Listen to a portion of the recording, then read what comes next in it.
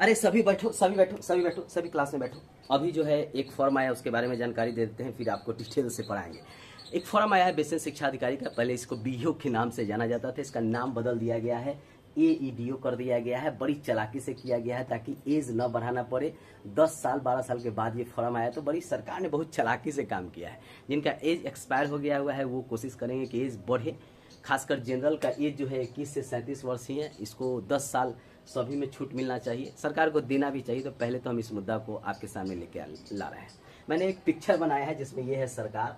इसने अभी चुनावी वर्ष है, इलेक्शन है बिहार में, तो इस कटोरा में बहुत सारा फॉर्म लाया है। एडीईओ का, बीपीएससी 4.0 का, बीएसएससी सीजीएल का, चपरासी का, बहुत सारा फॉर्म बिहार में आ रहा है। सबका फिर 100 रुपया कर दिया गया है। जान लीजिए क्यों किया गया है, क्योंकि पूरे भारत के बच्चों को आमंत्रण दिया गया है बिहार में एग्जाम देने के लिए। बिहार में डोमिसाइल अभी तक सही से लागू नहीं किया गया है, केवल आरक्षण तो दिया गया है अपने कैटेगरी में, लेकिन डोमिसाइल लागू नहीं किया गया है कि बाहर के लड़कों बिहार में न आए। बल्कि बिहार में सभी बाहर के लड़कों को, जितने भी 28 स्टेट है या केंद्र शासित क्षेत्र है, वहाँ से बुलाया जाता है। इसका कारण है कि इसका फी है 100 रुपया, और सरकार का कमाई भी तो बढ़ना चाहिए।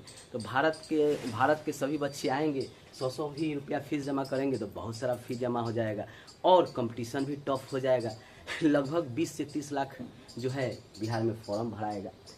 अब एईडीओ का सीट कितना है, आश्चर्य होगा आपको, मात्र 935 सीट है। टोटल 1500 सीट है, जिसमें कुछ आरक्षण से भरा जाएगा, जिसको रिजर्व किया गया है, मतलब प्रमोशन दिया जाएगा।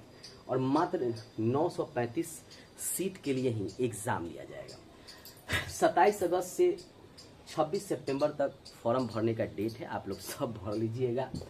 जनरल का एज 21 से 37 वर्ष ही रखा गया है। एज में अभी तक कोई बढ़ाया नहीं गया है। जनरल पुरुष के लिए, यानी ये जो है मेल के लिए है। बीसी ईबीसी जनरल फीमेल के लिए 21 से 40 वर्ष एज को रखा गया है, यह जान लीजिए।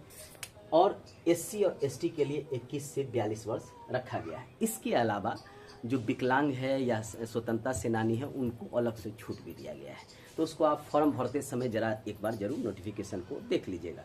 बेसिक जानकारी मैं यहाँ पे आपको दे रहा हूँ।